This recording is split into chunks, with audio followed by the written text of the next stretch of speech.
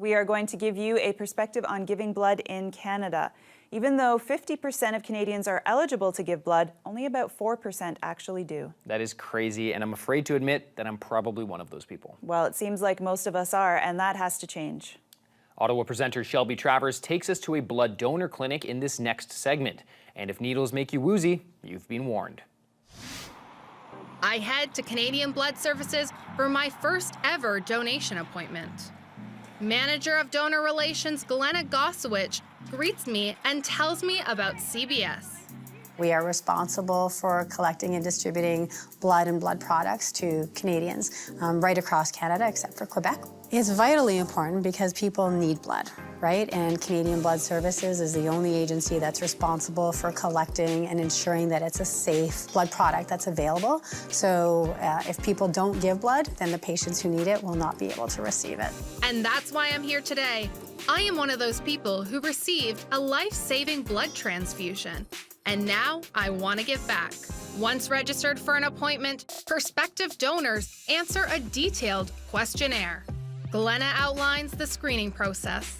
You'll also have your blood pressure and your temperature and your hemoglobin checked. So we make sure that the donor is 100% healthy and able to live without that little bit of blood, and make sure that the blood that they're giving to the patient is good, healthy blood too. And then once you pass that, you get to actually go in to donate.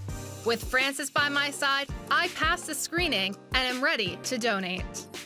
Once sitting in the comfy chair, I squeeze a foam ball to get my blood flowing as a nurse checks the inside of my arm for veins. She finds a winner.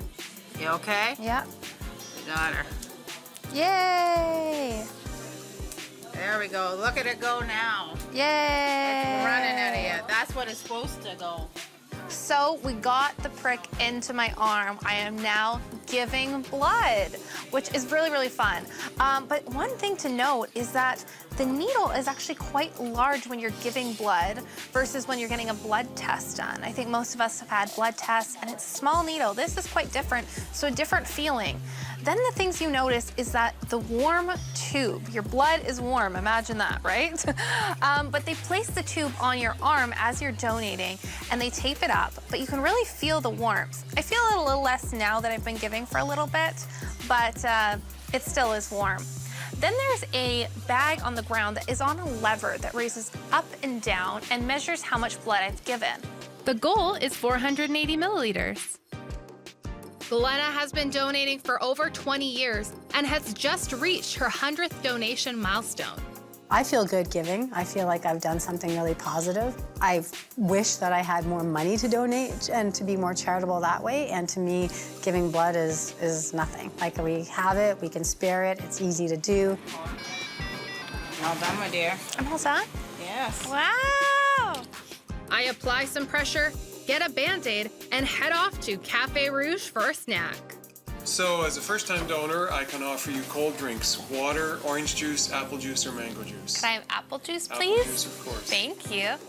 I feel really good. I don't know if it's something about giving blood that like makes your endorphins go off like a workout, but there's something about me that just feels really energized and happy, which wasn't what I was expecting. I would definitely donate blood again. You feel good afterwards, like you've done a good deed, and you get snacks. Good on Shelby for giving back. Especially because her life was saved thanks to a blood transfusion. It really puts everything into perspective, and Shelby also learned that blood has a shelf life, so donations are always needed. Well, Anthony, it sounds like it's our turn. If you're interested in donating, please visit blood.ca to find a clinic near you. It's in you to give.